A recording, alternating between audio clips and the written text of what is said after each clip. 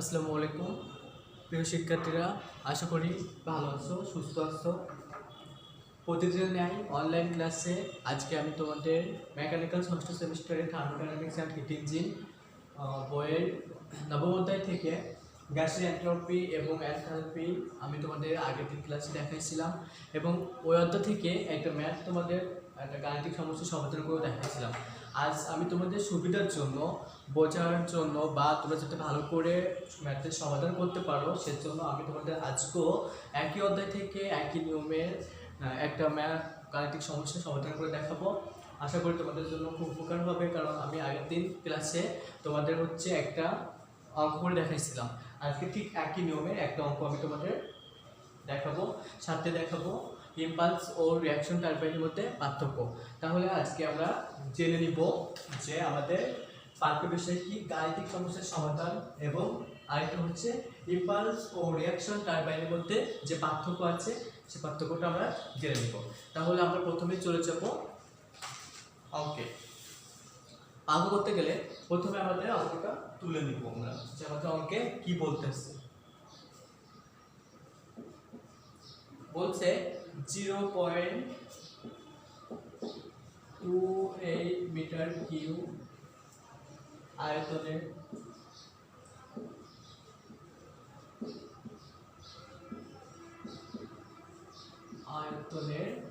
Gas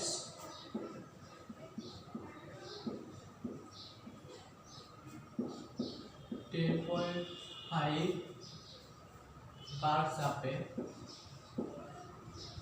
বার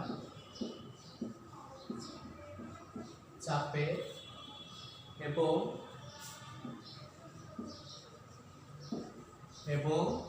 538 degree centigrade তাপমাত্রায় 538 degree centigrade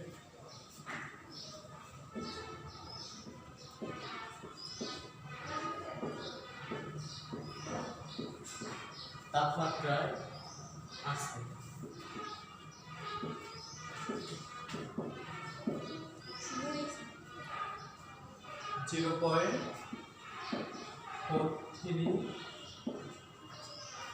metre cube আয়তন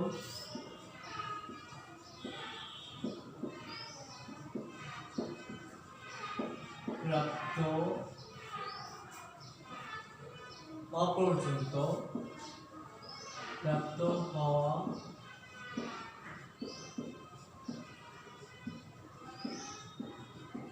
পর্যন্ত গ্যাসকে সমচাপে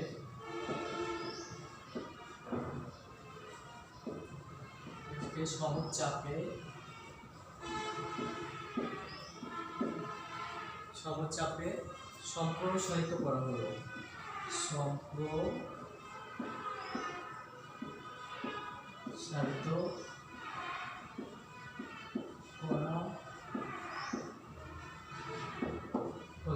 তারপর বলছে সিবি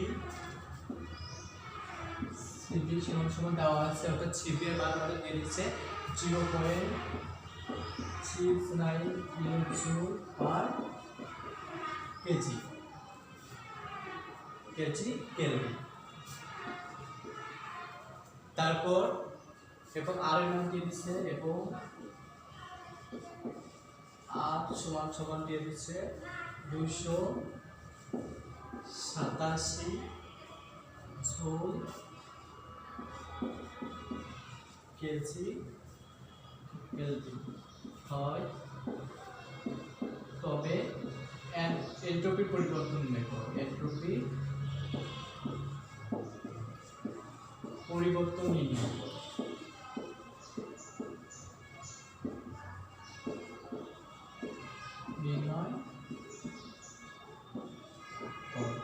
তাহলে আমরা দেখে নিই যে আমাদের অঙ্কে কি বলছে। আমরা অঙ্কটা যে কোনো অঙ্ক করতে গেলে বা যে কোনো ম্যাথ সমাধান করতে গেলে প্রথমে অঙ্কে আমাদের কি করতে হবে, প্রথমে অঙ্কটা ভালো করে পড়তে হবে এবং বুঝতে হবে। কি বলছে, 0.28 মিটার কিউব আয়তনের গ্যাস 10.5 বার চাপে এবং 538 ডিগ্রি সেন্টিগ্রেড তাপমাত্রায় আছে। তাহলে কি 0.28 মিটার কিউব আয়তনের গ্যাস 10.5 বার চাপে এবং 538 ডিগ্রি সেন্টিগ্রেড তাপমাত্রায় আছে। 0.43 মিটার কিউব আয়তন প্রাপ্ত হওয়া পর্যন্ত, অর্থাৎ 0.28 মিটার কিউব থেকে 0.43 মিটার কিউব আয়তন প্রাপ্ত হওয়া পর্যন্ত গ্যাসকে সমচাপে সম্প্রসারিত করা হলো, অর্থাৎ একই চাপে সম্প্রসারিত করা হলো। এখানে সিবি এর মান দেওয়া আছে এবং আর এর মান দেওয়া আছে। আমাদের বের করতে হবে এনট্রপির পরিবর্তন, আমাদের নির্ণয় করতে হবে কি এনট্রপির পরিবর্তন। তাহলে আমরা প্রথমে লিখে নিব যে আমাদের ম্যাথের ভিতরে কি কি ডাটাগুলো দেওয়া আছে। তাহলে আমরা প্রথমে লিখে নিব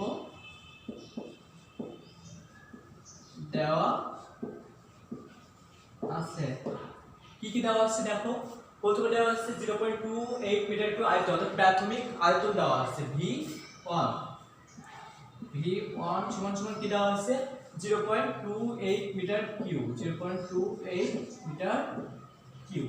তারপর দেওয়া আছে আয়তনে গ্যাস 10.5 বার চাপ, অর্থাৎ প্রাথমিক চাপ P1 দেওয়া আছে কি 10.5 বার। আমরা এই বারকে যদি নিউটন পার মিটারে নিয়ে যাই তাহলে আমাদের কি করতে হবে 10⁵ দ্বারা গুণ করতে হবে। তাহলে আমরা লিখব যে 10⁵ গুণ 10.5 গুণ 10⁵, এটা হচ্ছে নিউটন পার মিটার স্কয়ার। তাহলে এটা গুণ করলে কত আসবে, আমরা এটা এভাবে রেখে দিব। এরপর হচ্ছে আমাদের আরেকটা দেওয়া আছে তাপমাত্রা আসছে, চূড়ান্ত আয়তন দেওয়া আছে V2 এর মান কত দেওয়া আছে 0.43 মিটার কিউব। তারপরে আমাদের দেওয়া আছে সিবি এর মান, অর্থাৎ V সমান সমান 0.69 কিলোজুল পার কেজি। এরপর দেওয়া আছে আমাদের আর এর মান দেওয়া আছে 287 জুল পার কেজি। আমাদের বের করতে হবে এনট্রপি পরিবর্তন, অর্থাৎ H2 - H1 আমাদের এটা বের করতে হবে। তাহলে আমরা দেখে নিচ্ছি আমাদের অঙ্কে কি ডাটাগুলো দেওয়া আছে। প্রথমে আমাদের প্রাথমিক আয়তন দেওয়া আছে 0.28 মিটার কিউব, অর্থাৎ প্রাথমিক আয়তন। তারপরে প্রাথমিক চাপ দেওয়া হচ্ছে 10.5 বার। এই বারকে আমরা কি করছি নিউটনে নিয়ে আসছি, তাহলে আমরা কি করছি 10.5 দ্বারা গুণ করছি। তারপর V2 দেওয়া আছে, অর্থাৎ চূড়ান্ত আয়তন দেওয়া আছে 0.43 মিটার কিউব। এরপর হচ্ছে আমাদের অঙ্কে দেওয়া আছে সিবি এর মান এবং আর এর মান বের করতে হবে। আমাদের কি এনট্রপি পরিবর্তন H2 - H1 এর মান বের করতে হবে। আর এখানে বলছে সমচাপে, অর্থাৎ চাপ সবসময় একই থাকবে, অর্থাৎ P1 সমান সমান P2। আমাকে বলে দিচ্ছে যে গ্যাসকে সমচাপে সম্প্রসারিত করা হলো, অর্থাৎ চাপ থাকবে একই, এজন্য P1 সমান P2। এখন আমরা সমাধানে যাব।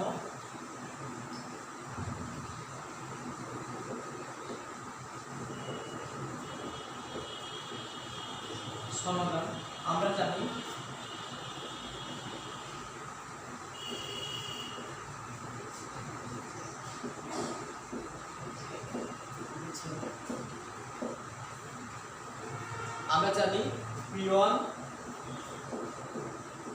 P1 সমান সমান MR P1।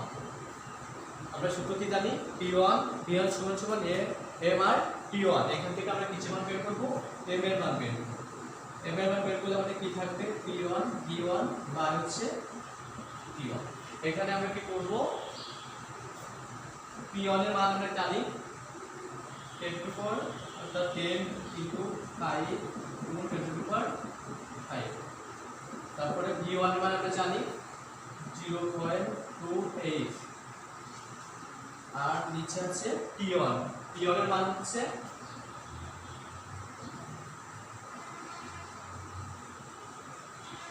এখানে প্রাথমিক তাপমাত্রা দেওয়া আছে 538 ডিগ্রি সেন্টিগ্রেড, অর্থাৎ প্রাথমিক তাপমাত্রা কত দেওয়া আছে 538 ডিগ্রি সেন্টিগ্রেড।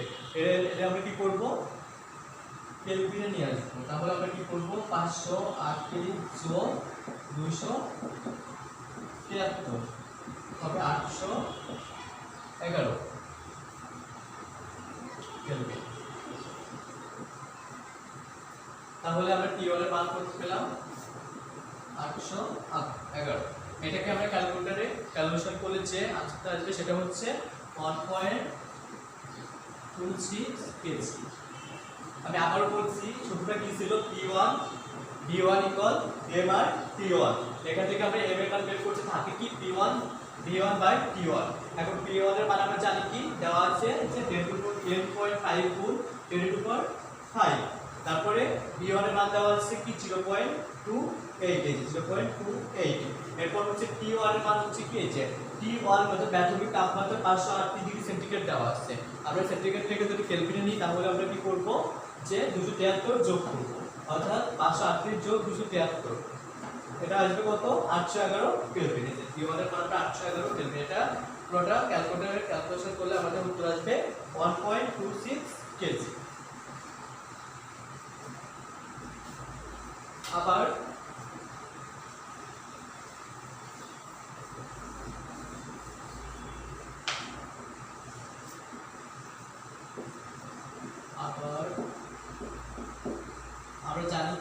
আমরা জানি Cp minus Cp equal R। আমরা একটা সূত্র জানি আবার কি Cp minus Cv equal R। তাহলে আমরা এখান থেকে বের করব কিসের মান Cp এর মান বের করব। তাহলে কি হবে Cp এর পাশে রাখলে R প্লাস Cv। তাহলে আমরা R এর মান দেওয়া আছে যে 287 জুল পার কেজি। আর এর মানে আমাদের দেওয়া আছে 287 আর Cv এর মান আমাদের দেওয়া আছে কত 0.69। এটাকে যোগ করলে ক্যালকুলেটরে আসবে 0.977 কিলোজুল পার কেজি। তাহলে আমরা আবার একটা সূত্র কি জানি Cp minus Cv equal R। এখানে আমরা Cp এর মান বের করব। তাহলে Cp এর পাশে রেখে দিলে R প্লাস Cv। আমরা R এর মান এবং Cp এর মান দেওয়া আছে অঙ্কে।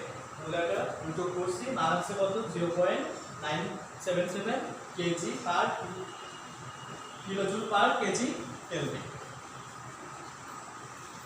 এবার আমরা বের করব আমাদের অঙ্কে যেটা বের করতে বলছি এনট্রপির পরিবর্তন অর্থাৎ S2 মাইনাস S1 এর মান আমরা বের করব। এখন এনট্রপির পরিবর্তন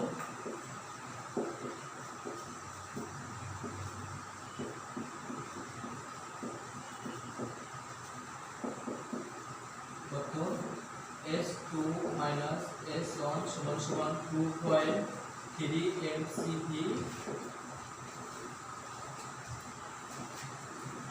mcv V1 by V2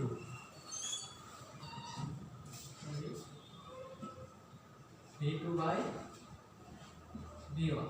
তাহলে আমাদের এসওপি পরিবর্তনের সূত্র কি হচ্ছে H2 S1 equal 2.3 mcp V2 by হচ্ছে V1। তাহলে আমরা এখানে 2.3 গুণ m এর মান কত দেওয়া আছে ভর m এর মান কত দেওয়া আছে 1.26 যেটা আমরা প্রথমে P1 V1 equal mr2 mr1 থেকে আমরা m এর মান পেয়েছিলাম কত 1.26। তারপরে Cp এর মান আমরা কত পেলাম 0.977 আর V2 আর V1 অর্থাৎ V2 এর মান কত হয়েছে 0.4 গুণ হচ্ছে 0.43 বাই হচ্ছে 0.28। আমি আবারও বলছি আমাদের মূল অঙ্কে আমাদের যেটা বের করতে বলছে সেটা হচ্ছে কি এনট্রপির পরিবর্তন অর্থাৎ S2 S1 এর মান বের করতে বলছে। আমরা জানি S2 S1 2.3 mcp by V2 mcp into v2 by v1 এখানে 2.3 গুণ আমরা প্রথম p1 t1 ইকুয়াল m আর t1 থেকে আমরা কি করছিলাম m এর মান বের করছিলাম m এর মানটা কি ছিল 1.26 গুণ তারপরে হচ্ছে cp এর মান আমরা বের করছি অর্থাৎ cp মানে cp ইকুয়াল r ওইখান থেকে আমরা দ্বিতীয় ধাপে cp এর মান বের করছিলাম 0.977 গুণ আমরা v2 এর মান জানি 0.43 এবং v1 এর মান জানি 0.28 এটা আমরা ক্যালকুলেটরে ক্যালকুলেশন করলে একটা নির্দিষ্ট মান পাবো সেটা হচ্ছে 4.348 কিলো জুল পার কেলভিন এটা আমাদের উত্তর। তাহলে আমাদের মূল অঙ্কে আমাদের কি বলছিল এন্ট্রপির পরিবর্তন বের করতে বলছিল। আমরা প্রথমে কি করছি অঙ্কটা তুলে নিছি, তুলে নেওয়ার পরে অঙ্কের ভিতরে আমাদের কি কি ডাটা দেওয়া আছে আমরা সেটা লিখে নিচ্ছি। অর্থাৎ প্রাথমিক তাপমাত্রা, প্রাথমিক চাপ, প্রাথমিক আয়তন, প্রাথমিক চাপ, তারপর প্রাথমিক চূড়ান্ত আয়তন, সিবির মান দেওয়া আছে, আর এর মান দেওয়া আছে, আর টি প্রাথমিক তাপমাত্রা দেওয়া আছে 508 ডিগ্রি সেন্টিগ্রেড। সেখানে আমরা কি করছি কেলভিন আনার জন্য 273 যোগ করছি, করে আমরা কেলভিনে নিয়ে আসছি। এবং সমচাপ বলছে অঙ্কে যে সমচাপে সম্পর্কিত করবো অর্থাৎ P1 এবং P2 সমান। তারপরে আমরা কি করছি প্রথম ধাপে যে একটা সূত্র জানি P1 B1 ইকুয়াল M আর T1, ওইখান থেকে আমরা M এর মানটা বের করে নিয়েছি। দ্বিতীয় ধাপে এসে আমরা কি করছি আরেকটা সূত্র প্রয়োগ করছি, সেটা হচ্ছে যে Cp - Cp ইকুয়াল R, সেখান থেকে আমরা কি করছি Cp এর মান বের করছি।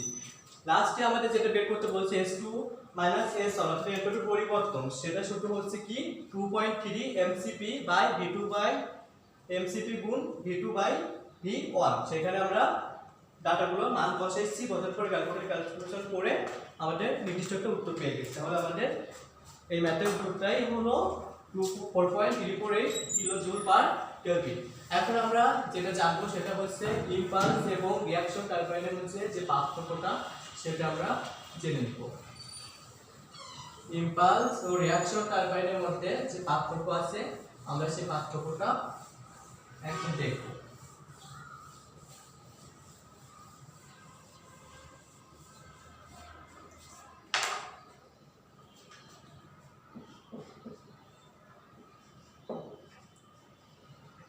ইম্পালস ও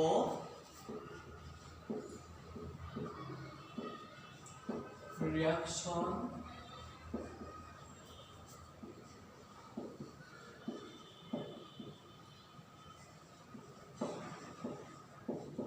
টারবাইনের মধ্যে পার্থক্য।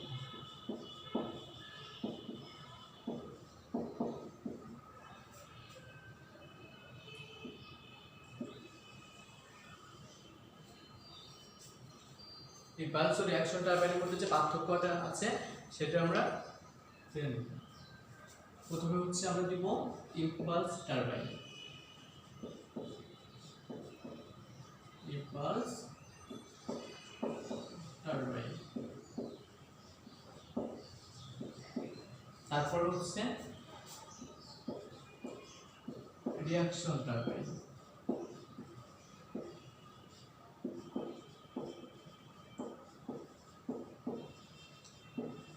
রিঅ্যাকশন টারবাইন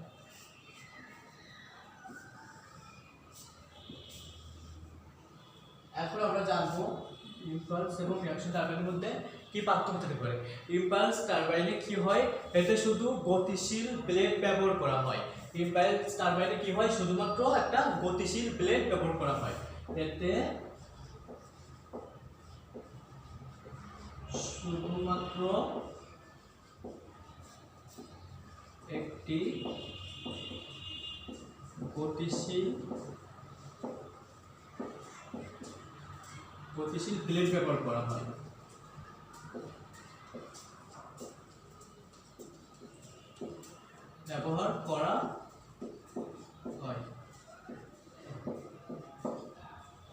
আর রিঅ্যাকশন টারবাইনে কি হয়, এতে গতিশীল স্থির উভয় ব্লেডই ব্যবহার করা হয়। অর্থাৎ রিঅ্যাকশন টারবাইনে কি থাকবে, গতিশীল এবং স্থির দুইটা বা উভয় ধরনের ব্লেডই ব্যবহার করা হয়।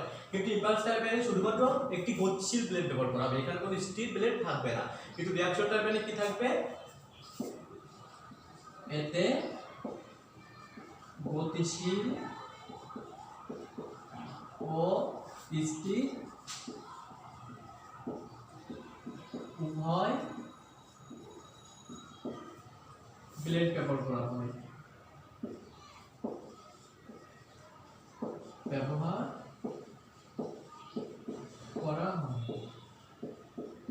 তাহলে আমরা কি দেখলাম, ইম্পালস টারবাইনে কি করা হয়, শুধুমাত্র একটি গতিশীল ব্লেড ব্যবহার করা হয়, এখানে কোনো স্টিল ব্লেড ব্যবহার করা হয় না। কিন্তু রিঅ্যাকশন টারবাইনে গতিশীল এবং স্টিল দুইটা উভয় ধরনের ব্লেড ব্যবহার করা হয়ে থাকে। তারপর হচ্ছে 2 নম্বরে আমরা দেখব যে এতে বাষ্পের চাপ নজলে হ্রাস পায়। এতে বাষ্পের চাপ অর্থাৎ ইম্পালস টারবাইনে বাষ্পের চাপ নজলে হ্রাস পায়, নজলে হ্রাস পায়।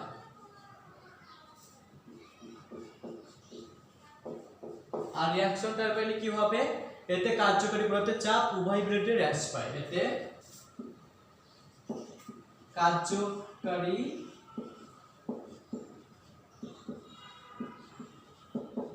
কার্যকরী পদার্থের চাপ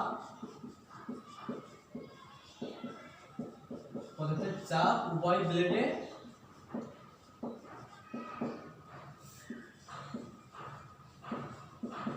হ্রাস পায়।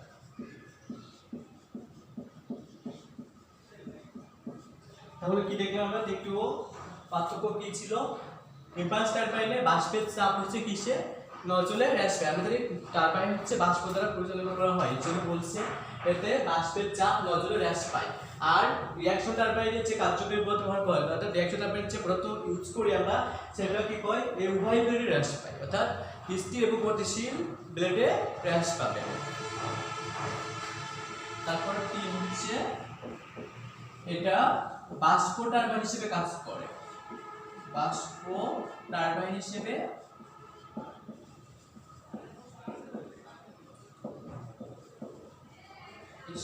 কাজ করে।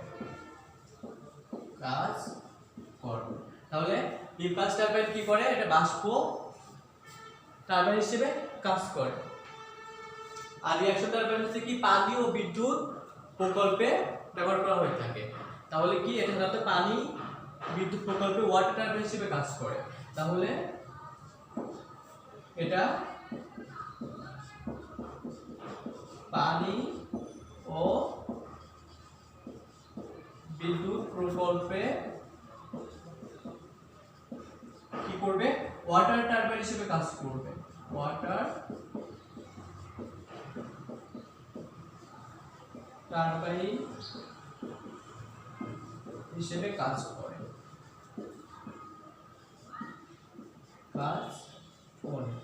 তাহলে আমরা 3 নম্বর পার্থক্য দেখলাম যে ইম্পালস টারবাইন শুধুমাত্র বাষ্প টারবাইন হিসেবে কাজ করে, কিন্তু রিঅ্যাকশন টারবাইন হচ্ছে পানি ও বিদ্যুৎ প্রকল্পে ওয়াটার টারবাইন হিসেবে কাজ করে। এরপর আমরা দেখব যে এই টারবাইনের শ্যাফট, যে শ্যাফট থাকে সেটা হচ্ছে আনুভূমিক ভাবে অবস্থান করে। শ্যাফট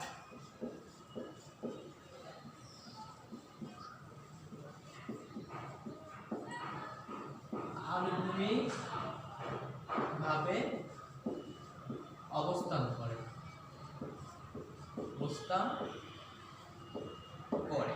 তাহলে কি দেখলাম, শ্যাফট হচ্ছে আনুভূমিকভাবে অবস্থান করে, আর রিঅ্যাকশন টারবাইনের শ্যাফট হচ্ছে কি হবে, খাড়াভাবে অবস্থান করে। শ্যাফট খাড়াভাবে অবস্থান করে।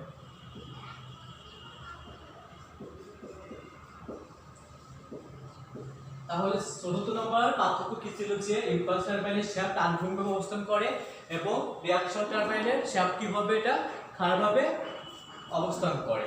5ম নম্বর পার্থক্য যেটা হচ্ছে ইম্পালস টারবাইনের আরপিএম বেশি, অর্থাৎ ঘূর্ণন গতি বেশি, অর্থাৎ আরপিএম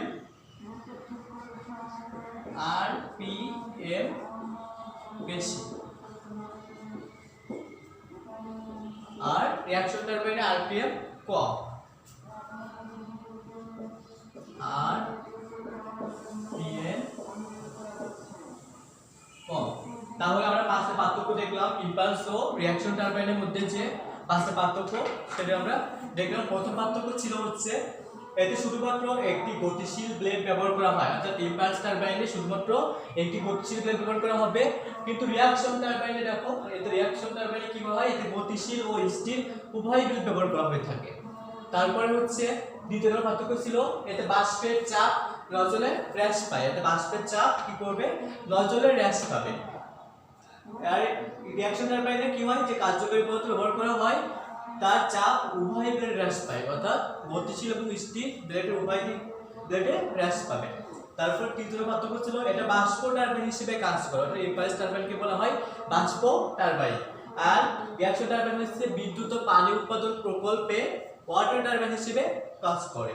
চতুর্থ নম্বর ছিল শ্যাফট আনুভূমিকভাবে অবস্থান করে, অর্থাৎ ইম্পালস টারবাইন যে শ্যাফট ইউজ করা হয় সেটা থাকে আনুভূমিক এবং রিঅ্যাকশন টারবাইনের শ্যাফট থাকবে কিভাবে, খাড়াভাবে, অর্থাৎ শ্যাফট খাড়াভাবে অবস্থান করে। আর হচ্ছে ইম্পালস টারবাইনে আরপিএম বেশি, আমরা আরপিএম বলতে বোঝাই ঘূর্ণন গতি, অর্থাৎ ঘূর্ণন সংখ্যা, অর্থাৎ প্রতি মিনিটে ঘূর্ণন সংখ্যা। এই ইম্পালস টারবাইনে আরপিএম হচ্ছে বেশি থাকে, অর্থাৎ ঘূর্ণন গতি বেশি। আর রিঅ্যাকশন টারবাইনে আরপিএম কম, অর্থাৎ ঘূর্ণন গতি কম। তাহলে আমরা জেনে নিলাম যে ইম্পালস রিঅ্যাকশন টারবাইনের মধ্যে পার্থক্য, এবং আমরা আগের দিন ক্লাসে যে ম্যাথ সমাধান করছিলাম একই অঙ্ক, সেম টাইপের একই অঙ্ক, আজকে আরেকটা অঙ্ক সমাধান করলাম তোমাদের বোঝার জন্য। আশা করি তোমরা বাসায় বসে ম্যাথগুলো ভালোভাবে প্র্যাকটিস করবা, কারণ প্র্যাকটিস না করলে তোমরা কখনোই করতে পারবে না, বুঝতে পারবে না। আর ম্যাথ করতে গেলে যদি কখনো কোনো প্রকার সমস্যার সম্মুখীন হও তাহলে অবশ্যই আমাকে ইনফর্ম করবা, এবং আমি চেষ্টা করব যে তোমাদের সেটা আবারও দেখানোর জন্য। আর দেখা হবে আবার আগের নেক্সট ক্লাসে তোমাদের সাথে। সে পর্যন্ত আশা করি ভালো থাকবে, সুস্থ থাকবে, এবং বাসায় বসে অযথা ঘোরাফেরা না করে, সময় নষ্ট না করে অবশ্যই পড়াশোনা করবে। আর হচ্ছে যে অনলাইন ক্লাসগুলো হচ্ছে অবশ্যই সেগুলো ফলো করবে। যদি কোনো প্রকার অসুবিধার সম্মুখীন হও, বুঝতে অসুবিধা হয়, তাহলে স্যারদের অবশ্যই ইনফর্ম করবে। আশা করি স্যাররা তোমাদের হেল্প করবে।